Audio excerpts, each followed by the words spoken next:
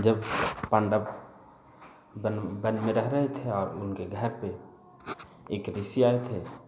उस ऋषि का नाम था बृहदस्वा। उनके घर पे आए और धर्मराज से बात करने लगे, युधिष्ठिर से बात करने लगे। तो युधिष्ठिर उनके सामने अपना दुख प्रकट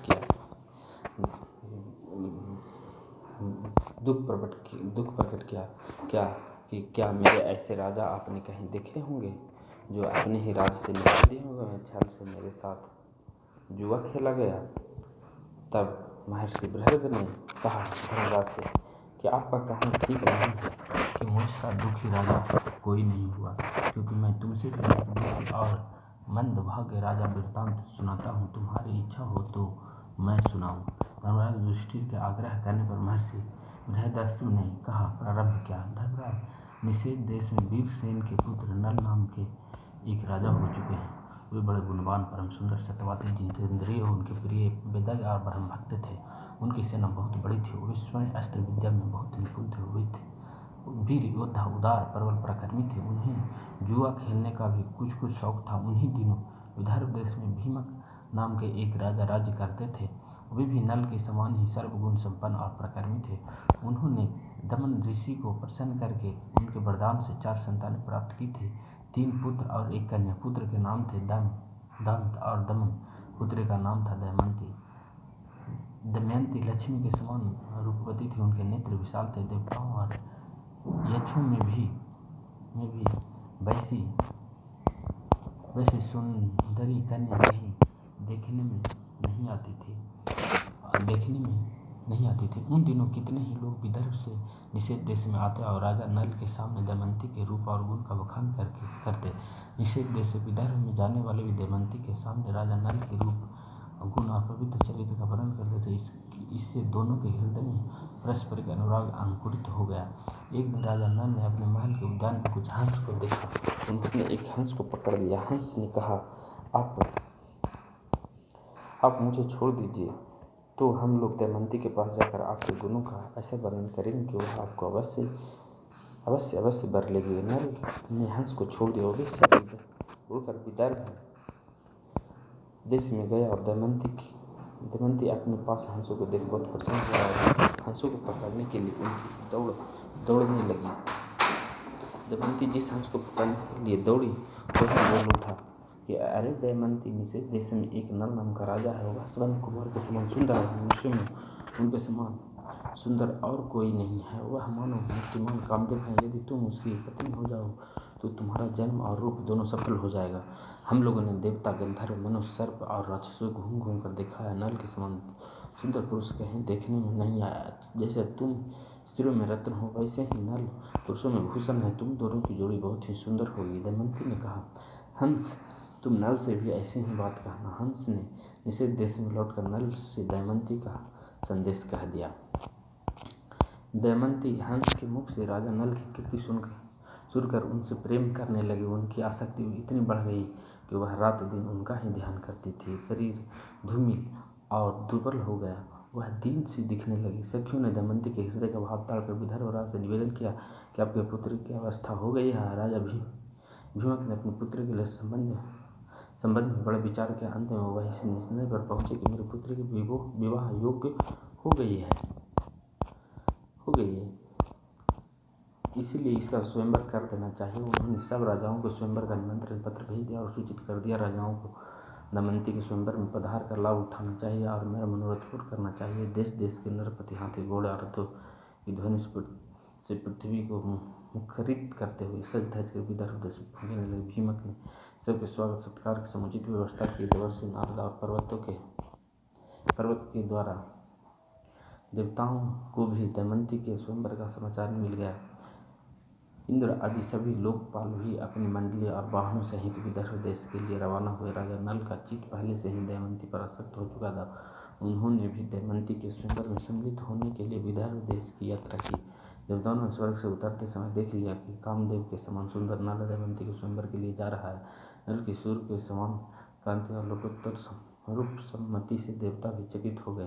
पहचान लिया कि ये नल है। उन्होंने अपने विमानों को आकाश में खड़ा कर दिया और नीचे उतरकर नल से कहा, राजेंद्र नल, आप बड़े सत्यव्रती हैं, आप हम लोगों की सहायता करने के लिए दूत बन जाइए। नल ने प्रतिज्ञा कर ली, कहा कि करूँगा। फिर पूछा कि आप लोग कौन हैं और मुझसे दूत बनाकर कौन सा काम लेना चाहते हैं। इंद्र ने कहा, हम लोग देवता हैं, मैं इंद्र हूँ और ये अग्नि, वरुण और यम है। हम लोग दमयंती के लिए यहाँ आए हैं। आप हमारे दूत बनकर दमयंती के पास जाइए और कहिए कि इंद्र, वरुण, अग्नि, यम देवता तुम्हारे पास आकर तुमसे विवाह करना चाहते हैं। तुम चाहे जिस देवता को पत्नी के रूप में स्वीकार कर लो। नल ने दोनों हाथ जोड़कर कहा कि देवराज, वहाँ आप लोगों के और मेरे जाने का एक ही प्रयोजन है, इसलिए आप मुझे दूत बनाकर वहाँ भेज।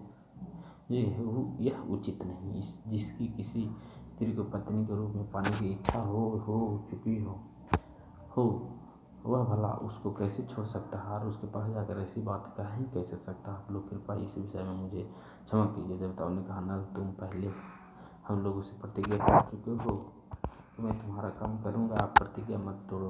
विलम्ब वहाँ चले जाओ। नल ने कहा, राजमहल में निरंतर कड़ा पहरा रहता है, मैं कैसे जा सकूँगा। इंद्र ने कहा, जाओ, तुम वहाँ जा सकोगे। इंद्र की आज्ञा से नल ने बेरोक टोक प्रवेश करके दमयंती को देखा। दमयंती और सखियाँ भी उसे देखकर अवाक रह गए। वे इस पुरुष को देखकर मुग्ध हो गए और लज्जित होकर कुछ बोल न सके। दमयंती ने अपने को संभाल कर राजा नल से कहा, वीर, तुम देखने में बड़े सुंदर और निर्दोष जान पड़ते हो।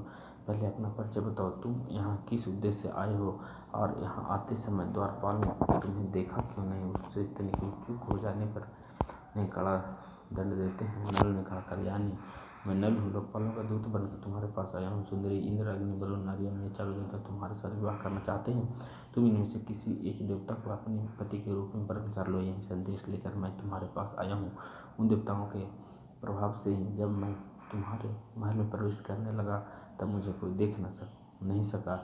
मैंने देवताओं को संदेश कह दिया है, अब तुम्हारी जो इच्छा हो करो। दमयंती बड़ी श्रद्धा के साथ देवताओं को प्रणाम करके मन मन मुस्कुराकर नल से कहा, नरेंद्र, आप मुझे प्रेम दृष्टि से देखिए और आज्ञा कीजिए कि मैं यथाशक्ति आपकी क्या सेवा करूँ। मेरे स्वामी, मैंने अपना सर्वस्व और अपने आप को भी आपके चरणों में सौंप दिया है। आप मुझ पर विश्वासपूर्ण प्रेम कीजिए। जिस दिन से मैंने हंसों की बात सुनी है उसी दिन से मैं आपके लिए व्याकुल हूँ। आपके लिए ही मैं राजाओं की भीड़ इकट्ठी की है। यदि आप मुझ दासी को प्रार्थना स्वीकार कर देंगे तो मैं विष खाकर, आग में जलकर, पानी में डूबकर या फांसी लगाकर आपके लिए मर जाऊंगा। राजा नल ने कहा, जब बड़े बड़े लोकपाल तुम्हारे परिणय संबंध के प्रार्थी हैं तब तुम मुझ मनुष्य को क्यों चाह रही हो। 19 वर्षशाली देवताओं के चरण रेणु के समान भी तो मैं नहीं हूँ। तुम अपना मन उन्हीं में लगाओ। देवताओं का प्रिय करने से मनुष्य की मृत्यु हो जाती है। तुम मेरी रक्षा करो और उनको वरण कर लो। उनकी नल की बात सुनकर दमयंती घबरा गई। उनके दोनों नेत्र में आंसू छलक आए। यह कहने लगी कि मैं सब देवताओं को प्रणाम करके आपको ही पति रूप में वरण कर रही हूँ। यह मैं सत्य शपथ खा रही हूँ।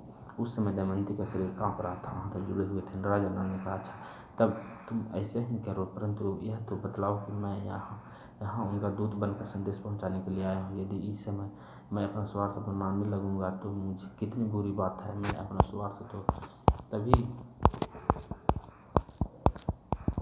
बना सकता हूँ यदि वह धर्म के विरुद्ध न हो। तुम्हें भी ऐसे ही करना चाहिए। दमयंती ने गदगद कंठ से कहा, नरेश्वर, इसके लिए एक निर्दोष उपाय है। उनके अनुसार काम करने पर आपको कोई दोष नहीं लगेगा।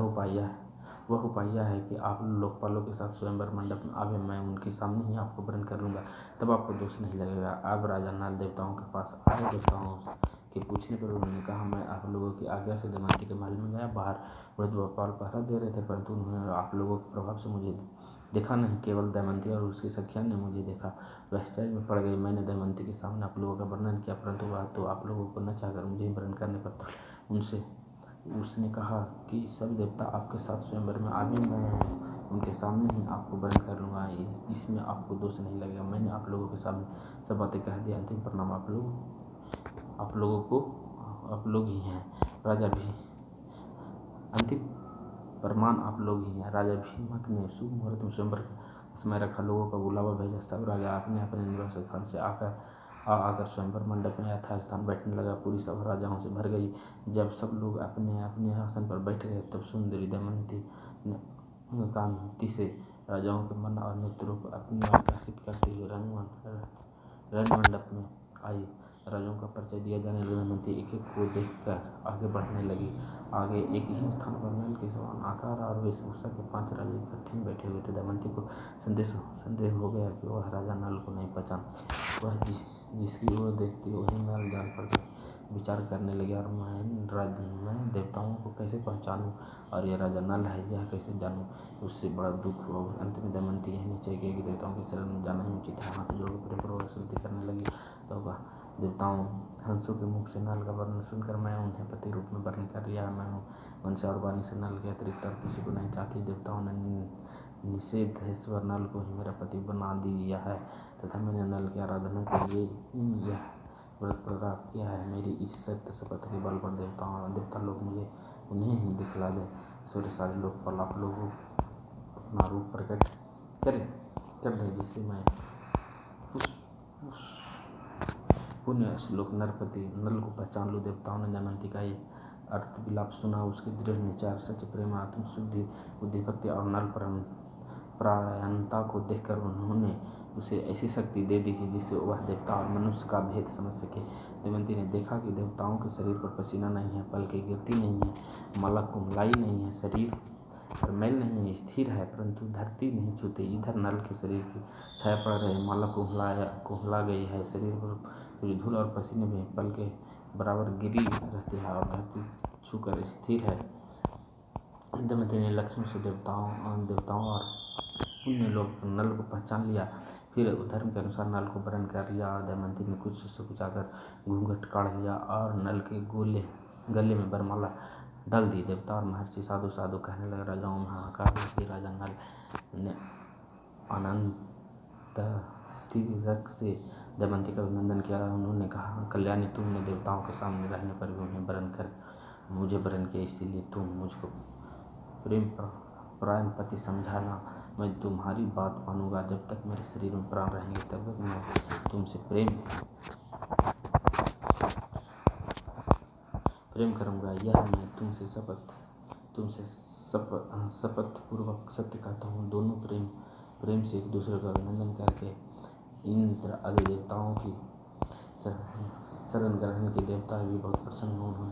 तो 8 वर दिए इंद्र ने कहा, नल, तुम्हें यज्ञ में मेरा दर्शन होगा, उत्तम गति मिलेगी। अग्नि ने कहा, जहाँ तुम मेरे वहीं मैं प्रकट हो जाऊंगा, और मेरे ही समान प्रकाश में लोग तुम्हें प्राप्त होगा। यमराज ने कहा, तुम्हारी बनाई हुई रसोई मीठी होगी, तुम अपने घर में दृढ़ रहोगे। वरुण ने कहा, जहाँ तुम चाहोगे वहीं जल प्रकट हो जाएगा, तुम्हारी माला उत्तम गंध से परिपूर्ण रहेगी। इस प्रकार 2-2 वर देकर सब देवता अपने अपने लोक में चले गए। निमंत्रित राजा लोग भी विदा हो गए। भीमक ने प्रसन्न होकर दमयंती का नल के साथ विधिपूर्वक विवाह कर दिया। राजा नल कुछ दिनों तक विदर्भ देश के राजपुर में रहे। तदंतर भीमक की अनुमति प्राप्त करके वे अपनी पत्नी दमयंती के साथ अपनी राजधानी लौट आए। राजा नल अपनी राजधानी में धर्म के अनुसार प्रजा का पालन करने लगे। सचमुच उनके द्वारा राजा नाम सार्थक हो गए। उन्होंने अश्वमेध आदि बहुत से यज्ञ के समय आने पर दमयंती के गर्भ से इंद्रसेन नामक पुत्र और इंद्रसेना नामक कन्या भी जन्म हुआ। तो यहीं पे ये वीडियो समाप्त होता है, जिसका दूसरा पार्ट मैं आगे बनाऊंगा। तो मेरा वीडियो यदि पसंद आए तो इसे लाइक और शेयर ज़रूर करें, और सब्सक्राइब बटन ज़रूर करें, ताकि आपको अगला वीडियो का नोटिफिकेशन मिल जाए। तो इसलिए सब्सक्राइब बटन ज़रूर दबाएं। नमस्कार।